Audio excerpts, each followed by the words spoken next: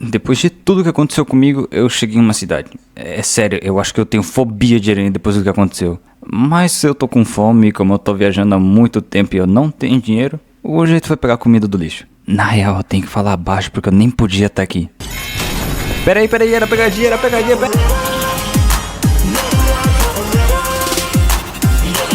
Opa, tranquilo? Pra quem não me conhece, eu sou o Gar. Nos últimos vídeos eu trouxe animes que me pediram, e dessa vez eu vim dar uma surfada no hype desse anime. Então hoje eu trouxe o resumo da primeira parte da primeira temporada de Gachakuta, já que a segunda parte ainda tá por lançar. Sem mais enrolação, bora pro resumo. O anime começa falando sobre como as pessoas transformam objetos em lixo muito fácil, e mostra esse cara entrando em um lugar pra onde o lixo vai depois que é jogado fora. Mas pelo visto a entrada não era permitida pra qualquer um, já que brotou um segurança lá e chamou reforços. Mas o cara é rápido e conseguiu fugir. Depois disso aparecem umas moças falando sobre o que aconteceu, e chamam o cara de ladrão do lixo. E é mostrado uma muralha que divide a cidade dos ricos e dos pobres. Além de descobrirmos através da Shiwa que o nome do cara lá e o protagonista do anime é Rudo. De repente aparecem uns moleques falando pra Shiwa não se meter com ele, e falam sobre como a cidade que eles estão antigamente era um lugar pra prender criminosos, e eles são os filhos desses caras. E esse é o jeito que o anime faz pra explicar a lore da cidade. O Rudo fica brabo que chamaram o pai dele de assassino e bota medo nos caras, que vão embora. Pelo que deu pra entender, o Rudo rouba as coisas do lixo da cidade dos ricos, arruma elas pra vender e conseguir dinheiro. A Shiwa fala que o Rudo não é igual ao pai dele, e diz que achou um bicho de pelúcia que ele tinha arrumado bonitinho, e ele tentando agradar ela, diz que não ia vender ele, e que era um presente pra ela. Cê é louco, o último romântico da terra. Mas a mãe dela chega e ela só ignora o presente e vai embora. O Rudo vai pra casa, e chegando lá a gente conhece o Hector, que foi quem criou o Rudo desde que ele era pequeno, e foi ele quem deu as luvas que o Rudo usa, já que as mãos dele são pretas por alguma coisa que o pai dele fez, mas o anime ainda não explicou essa parte. O Hector fala pro Rudo ir atrás da Shiwa e entregar o presente pra ela, e é isso que ele faz no dia seguinte. Enquanto procurava ela, o Rudo se depara com um cara sendo jogado no abismo, que é o lugar na beira da cidade onde jogam os criminosos junto com mais lixo. Isso inclui o pai do Rudo. Ele encontra a Shiwa e entrega o presente pra ela. Depois disso, ele volta pra casa correndo pra contar pro Hector que ele tinha conseguido falar com a Shiwa, mas ele dá de cara com os apóstolos, que são a guarda dos ricos. Chegando na casa, uma pessoa mascarada tinha invadido e esfaqueado o Hector. Por mais que o Rudo tenha tentado ir pra cima da pessoa, ele apanhou. E o Hector fala pro Rudo mudar esse mundo ferrado. Bem nessa hora, aparecem aqueles apóstolos que o Rudo tinha encontrado e prendem ele, acusando de ter matado o Hector. Ele é condenado ao abismo, e no último segundo ele grita pra Shiwa ir atrás do verdadeiro assassino. E na maior filha da putagem, ela diz que ele realmente era filho de um assassino e vai embora. E assim ele é jogado no abismo.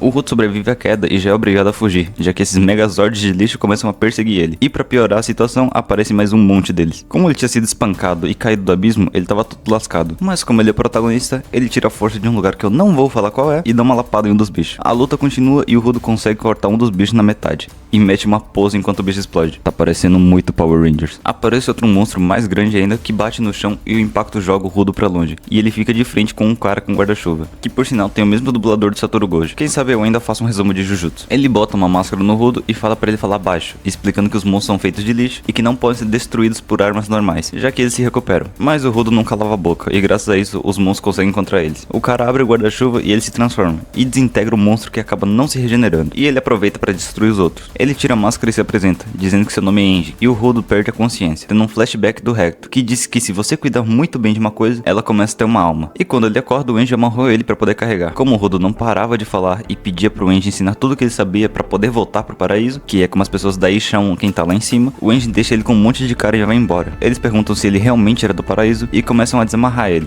pra depois amarrar ele em um caminhão pra vender, já que as pessoas daí não gostavam das pessoas do paraíso. Mas como o Rudo tava muito magro, um dos caras obriga ele a comer resto de comida. E em uma dessas, o Rudo arranca o dedo do cara, deixando só o osso. E ele come, junto com o resto da comida. Aparece uma aura e ele consegue quebrar as correntes. Lembra que eu falei sobre objetos abrigarem almas? Então, o Rudo conseguia pegar o poder dessas almas emprestadas, e transforma as correntes e começa a lutar contra os caras. Logo depois ele pega um pneu e faz a mesma coisa. E a gente vê que o Angie não tinha ido embora, ele só tava olhando de longe, já que de acordo com ele queria testar o Rudo pra ver se ele realmente tinha esse poder antes de ajudar ele. E pelo visto, normalmente esse poder só se usa em um objeto, mas o Rudo conseguiu usar em mais de um. E depois de acabar com os caras, o Angie aparece chamando o Rudo para ele se transformar em um zelador, que é um grupo de pessoas que caça as feras maculadas, ou como eu chamo, Megazords. Enquanto eles comem, o Angie explica que essas feras só podem ser destruídas por objetos com alma, e também fala que não faz ideia de como voltar para o paraíso. O Angie vai encontrar uma pessoa e deixa um dinheiro com o Rudo, que por sinal, ele conseguiu esse dinheiro vendendo as roupas do paraíso do Rudo, já que de qualquer forma, ele não ia poder usar aquelas roupas lá. Mas enquanto ele xingava o Angie, um gato aparece e rouba o dinheiro. RJ derrota não é pra qualquer um não, pai. Ele vai atrás do gato e enquanto corria, ele pegou um cajado e conseguiu pegar o gato. Mas aparece um cara dizendo que o cajado era dele e dá uma fungadona no pau. O Rudo reconhece o emblema do cara, que era o mesmo do Enji. Então esse cara era um zelador. O cara fica pistola e bate com tudo, mas no chão. Esse é o Zanka. Como foi pra ele que o Enji pediu pra treinar o Rudo, então ele já conhecia o moleque. O Rudo lembra do que o Hector falou e pede desculpa por ter pegado o cajado dele, já que o Zanka ainda tava muito puto pelo Rudo ter roubado o bastão dele. E ele tenta sorrir, mas tem um problema. Esse animal não sabe sorrir. E o Zanka acha que ele tá zoando ele. Então eles voltam a discutir. O Zanka transforma seu bastão e o Rudo, que tinha falado que seu objeto personalíssimo, que é como eles chamam as armas de cada pessoa, eram as luvas. Ele pega uma barra de ferro e transforma ela. E o Zanka entende logo de cara que o poder do Rudo é de transformar qualquer coisa em arma. Eles começam a brigar, mas obviamente o Zanka ganha. O problema é que o Rudo não tava lutando com um bastão de ferro. Na verdade era um desentupidor. E pelo visto tava bem usado. Então o Zanka começa a fugir pra não se sujar. Mas não adianta de nada, já que o Rudo consegue acertar ele. E um tempo depois o Enji chega de carro pra levar os dois. Enquanto o Enji dava risada, aparece uma nova personagem, a Ryo, que também é uma zeladora. E começa a mexer no cabelo do Rudo, que fica em choque por ter uma mulher mexendo com ele. Eles vão pro quartel dos zeladores e quando chegam lá, eles encontram a Samio, que é a recepcionista. Ela usa o objeto dela, que são os óculos, pra analisar o Rudo. E logo depois eles vão falar com o chefe dos zeladores. E como ele não tava lá, a Ryo dá a ideia de levarem o Rudo pra missão pra ele ver como funcionava. E falou que queria conhecer mais ele. A Samio então explica a missão, que vai se passar em uma zona poluída, que de forma resumida são zonas onde tem monstros. E as zonas seguras são onde as pessoas vivem. Além disso, a zona onde o Rudo caiu é uma zona perigosa dentro das zonas poluídas. Eles até deram o nome de zona proibida. E no total, existem 6 zonas proibidas. Ela até pergunta o que o Enji tava fazendo por ali quando encontrou o Rudo, e ele só falou que tava dando uma volta. Além disso, nessas zonas proibidas, o ar é tóxico, e sem uma máscara para respirar, as pessoas sobrevivem aproximadamente uns 15 minutos. Eles se preparam pra missão e aparecem umas criaturas tentando quebrar o muro, mas a Ryo fala que elas são fracas. E logo depois chegam umas bem maiores e começam a quebrar a barricada. Mas ela continua conversando bem de boa com o Rudo. Quando a pessoa se garante é outra história, né? O Rudo tenta se acalmar, já que ele percebeu que tanto a Ryo quanto o Enji ficaram bem calmos mesmo em perigo. Mas bem nessa hora aparece um monstro bem maior e a Ryo tira uma tesoura do bolso e vai pra cima dos bichos. E um dos caras que tava acompanhando eles explica que ela luta usando tesoura com os pés. Por quê?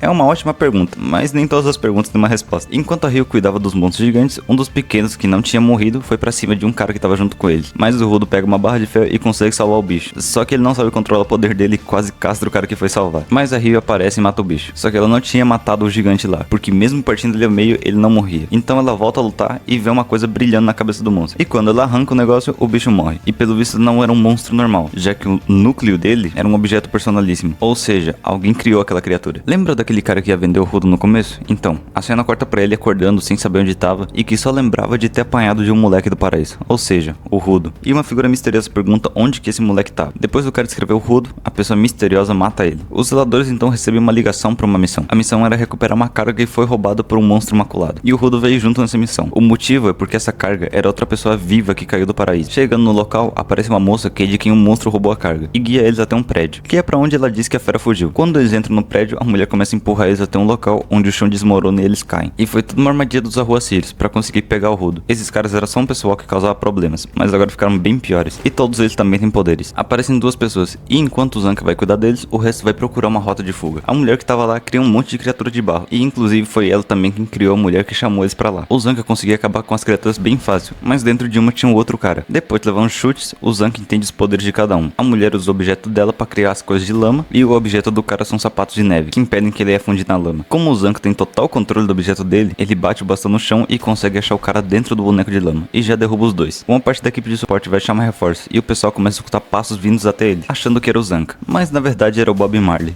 que tava atrás do Rudo e já tampa a saída. A real é que ele acabou com o Zanka. E o Gris, que é o mesmo personagem que tava na missão da Ryo, entra na frente do Rudo e diz que ia proteger sua equipe a qualquer custo. Um tempo antes da missão, eles conversam sobre o que o Rudo queria fazer, antes de ter caído na superfície, antes do Hector ter morrido, antes de tudo, o que ele realmente queria. E também agradeceu pelo Rudo não ter tratado ele como fraco, já que por ser um auxiliar, as pessoas normalmente desmereciam ele. Ele se tornou um personagem que eu realmente gostei. Por mais que o Rudo falasse pra ele sair da frente e fugir, o Gris nem se mexia, mas não era por querer, já que esse vagabundo tinha matado o Gris, e ainda falou que não era pra ficar triste, já que os fracos não têm valor. Eu quase parei de assistir nessa parte. O Rudo pegou um amuleto que o Gris usava e consegue transformar ele, e a gente vê que o Gris não morreu, mas estava quase. Ele disse que a gente entendeu errado. O poder do Rudo não era transformar qualquer coisa em um objeto personalíssimo, mas extrair o máximo de potencial de qualquer objeto. O Bob Marley se apresenta como Jabber e vai pra cima do Rudo, que graças ao amuleto do Gris consegue se desviar de todos os ataques sem precisar se mexer, já que o amuleto conseguia mover os ataques do Jabber, assim conseguindo acertar um soco nele. A luta continua e depois de apanhar muito, o Jabber entende como um objeto personalíssimo funciona. Ele detecta hostilidade e desvia o ataque, já que quando uma pedra voa em direção ao Rudo, ele tem que desviar sozinho, já que ela não tinha consciência. O Jabber injeta as próprias toxinas nele, já que não tem como ser hostil se nem consciente você tá. Na verdade tem, mas vocês entenderam. E funcionou, forçando o Rudo a desviar por conta própria. No meio da briga, o Zanka aparece prendendo o Jabber com a lança. Ele tava assistindo a luta de longe e entendeu como o objeto personalíssimo do Rudo funciona. Como ele ainda tá com o efeito da toxina, ele não conseguia se mover muito. Então ele fala que vai tentar bater no Rudo. E com o poder de controle do talismã, o Rudo ia jogar ele pra cima do Jabber. Ele ataca o Rudo, o talismã controla ele e o Rudo lança ele pra cima do Jabber, que consegue acertar ele com tudo. Mas depois disso, o Zanka cai no chão, acabado de cansaço. E o talismã do Gris começa a se desfazer. O Rudo começa a se contorcer e a gente vê que o Jabber tinha conseguido arranhar ele. Ele então se levanta, paralisando o Zanka de novo e pegando o Rudo pra fugir. Mas quando ele sai, ele dá de cara com a Ryo e o Wendy aparece acertando o Jabber. E o Jabber se levanta. O Jabber até pretendia enfrentar todos eles, mas do nada apareceu uma garota atrás dele falando pra eles irem embora. E o Jabber vê o símbolo na luva do Rudo e diz que ele também tinha uma parte disso. Depois da luta, o Rudo percebe que o Gris não morreu, já que tem uma zeladora com poderes de cura, a Aisha, e ela conseguiu salvar ele. Durante a conversa, aparece o Corvus, o chefe dos zeladores. Ele chama o Rudo pro escritório dele e fala sobre uma mulher que mora em uma zona proibida, onde as pessoas caem do paraíso. E ela já falou que via gente que conseguia ir e voltar do paraíso sem morrer. Então o Rudo precisa ir atrás dela para conseguir mais informações. E ele também entrega um uniforme de zelador pro Rudo. Depois disso, eles vão testar os poderes do Rudo, mas ele não consegue transformar uma simples faca em um objeto personalíssimo. E o Zanka diz pra ele tentar transformar lixo. E dá certo. O poder do Rudo é pegar coisas quebradas ou que foram jogadas fora e extrair o máximo delas. Mas ele começa a sangrar, e o Wendy diz que pode ser por causa das luvas, já que quanto mais tempo o objeto passa sendo cuidado, mais poder ele gera. E como o Rudo cuidava das luvas desde pequeno, elas devem ter muito poder. A cena corta pro Jabber e a garota que foi buscar ele entrando em uma sala, onde tinha um cara que não dá pra ver o rosto, mas que tinha o símbolo das luvas do Rudo na roupa. Então, pelo visto, esse símbolo vai ser importante mais pra frente. O próximo episódio já começa com uma reunião com o Corvus, dizendo que enquanto a máscara do Rudo fica pronta, eles vão atacar uma Town pra um cara usar um feitiço de proteção neles. Chegando lá, o Engine explica como o poder dessa pessoa funciona. Quando ele desenha colocando uma emoção como a de proteção, essas coisas ficam protegidas. O Engine esbarra em uma criança que só continua correndo e o prefeito da cidade aparece, dizendo que a pessoa que eles procuraram morreu pela manhã, já que ele saiu da zona segura e acabou tirando a máscara. Então ele morreu pela contaminação.